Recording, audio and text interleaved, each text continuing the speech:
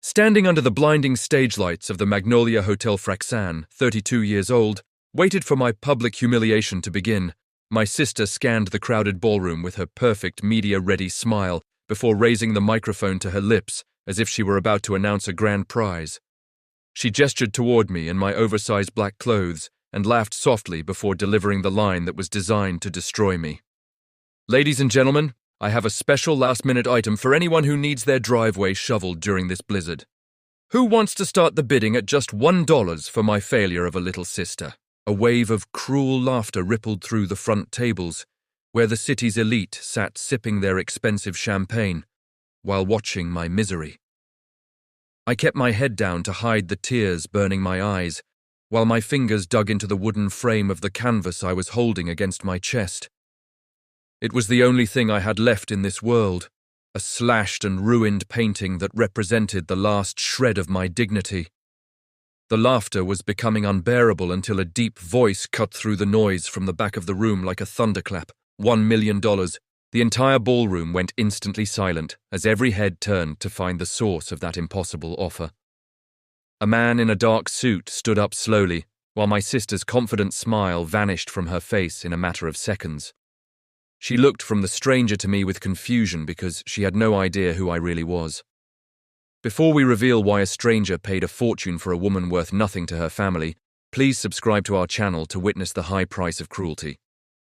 2 years ago, the first blizzard of the season drove me to my sister's doorstep in Omaha with nothing but a hollow chest and a single battered suitcase containing the remains of my broken life. My divorce had been finalized only 48 hours prior, leaving me with zero assets, while a sudden corporate downsizing stripped away the design job that had been my only source of stability. I stood trembling on the porch of the sprawling limestone villa belonging to my sister Miranda, listening to the muffled sound of wind chimes while waiting for the heavy oak door to swing open. When Miranda finally appeared, she didn't offer a hug or a warm word of welcome, but instead leaned against the doorframe while scanning my disheveled appearance with a look of clinical disappointment. She adjusted her silk robe and pointed toward the foyer without stepping aside, making it clear that my presence was an inconvenience she was only gracing with her reluctant charity. "You can stay, Roxanne, but this isn't a hotel where you can just sit around and mope about your failed marriage while I foot the bill for your recovery," Miranda stated as she led me through the pristine hallway toward a narrow door near the kitchen. She explained the terms of what she called our family contract, which stipulated that I would receive shelter in the unfinished basement storage room in exchange for performing every household chore without any financial compensation. The basement was a cavernous, frigid space filled with stacks of cardboard boxes and old furniture where the smell of damp concrete clung to the stagnant air. There was no proper bed, only a thin mattress tossed on the floor in a corner where the insulation was still exposed, and the light was provided by a single flickering bulb. I accepted her terms in silence because the alternative was a homeless shelter in the middle of a Nebraska winter. Yet I could see the satisfaction in her eyes as she realized she had just gained a full-time servant who couldn't afford to quit. During our first dinner together, my brother-in-law Preston sliced into a thick steak and looked at me with a smirk that made my stomach churn with immediate resentment. He wiped a drop of red wine from his lip and leaned back in his chair while his expensive watch caught the overhead light, highlighting the massive wealth gap that now defined our relationship.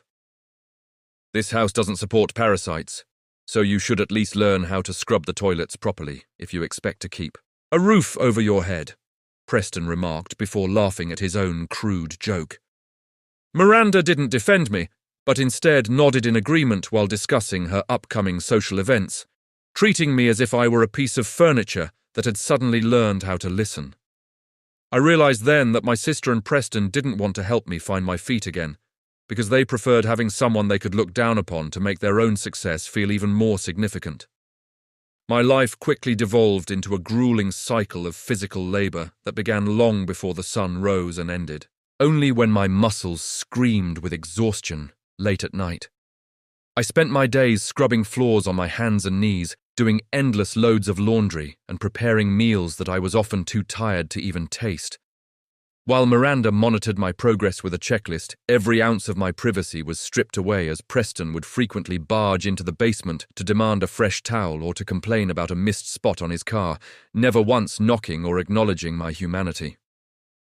The constant belittlement started to wear down my spirit until I felt like a ghost haunting the lower levels of their perfect, hollow lives. While my old identity as an artist seemed like a dream from a different lifetime. One night, while I was pushing aside some heavy crates to clear a path to the water heater, I stumbled upon several crusty containers of leftover paint that some contractors had abandoned in a dark, damp corner. The brushes were stiff, and the colours were limited to industrial greys and muddy earth tones. But the sight of those pigments ignited a desperate spark in my chest that I thought had been extinguished forever. I dragged a few discarded plywood boards from a pile of construction debris and set them against the cinder block wall.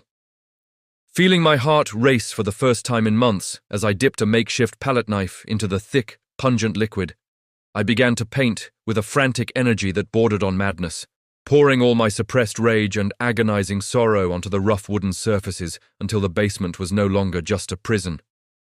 The strokes were jagged and raw, forming abstract landscapes of the Omaha winter that felt more real than the polished rooms upstairs where Miranda and Preston played their games of status and ego.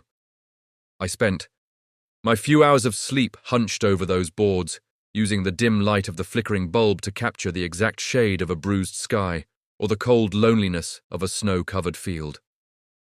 In the absolute silence of the underground shadows, I reached for a small brush and carefully inscribed 2 letters in the bottom corner of my first completed piece. The signature RX appeared for the first time on the splintered wood, marking the birth of a secret self that Miranda could never reach, and a talent that her cruelty could never truly contain. That spring, the snow began to melt outside the windows, but the chilling atmosphere inside that house remained unchanged, even as the first weak rays of sun struggled to pierce through the bare trees. Miranda happened to walk down to the basement on a Tuesday afternoon to check if I had finished cleaning the old storage shelves when she suddenly stopped in front of a painting titled Melting Snow that I had leaned against the cinder block wall.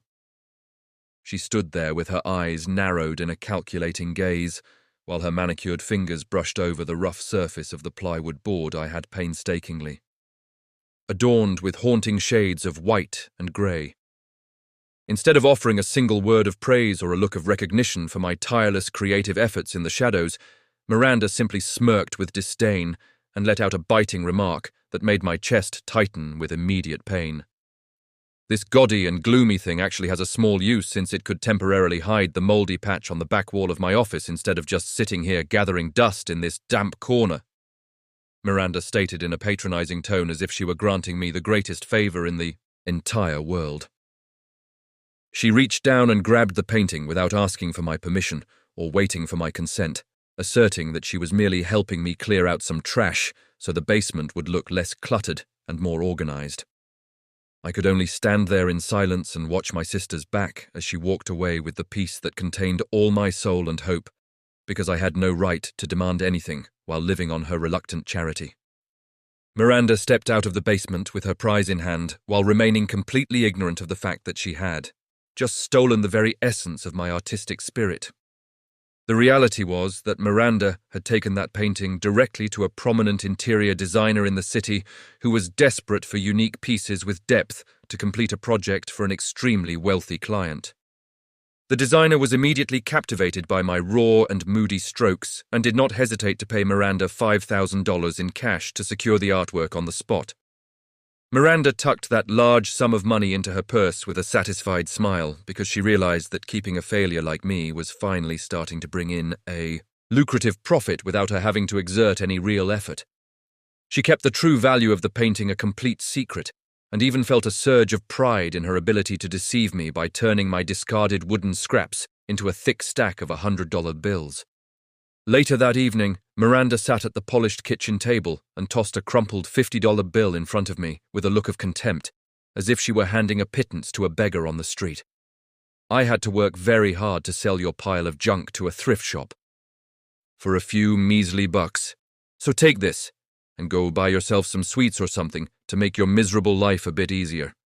Miranda lied through her teeth, while Preston sat beside her and laughed under his breath as he continued eating his dinner. I slowly picked up the small bill and felt a wave of humiliation wash over me because I knew my hard work was being dismissed. Even though I could not possibly imagine that my work had been stolen for such a staggering amount, I retreated to the basement with that $50 in my hand. While having no idea that my anonymous identity was already starting to cause a stir among art collectors thanks to that stolen masterpiece.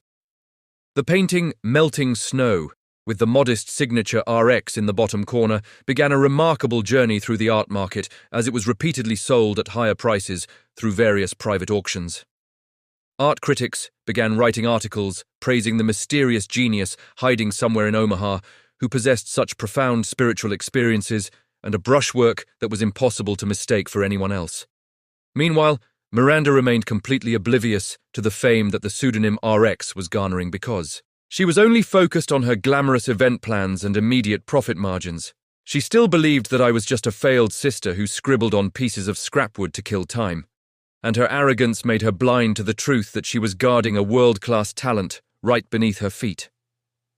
1 year passed as Miranda remained consumed by the shallow vanity of her event-planning empire, while my own hidden world began to transform in ways she could never imagine. I had reached out to my friend Deanna, who worked at a small but respected gallery on the edge.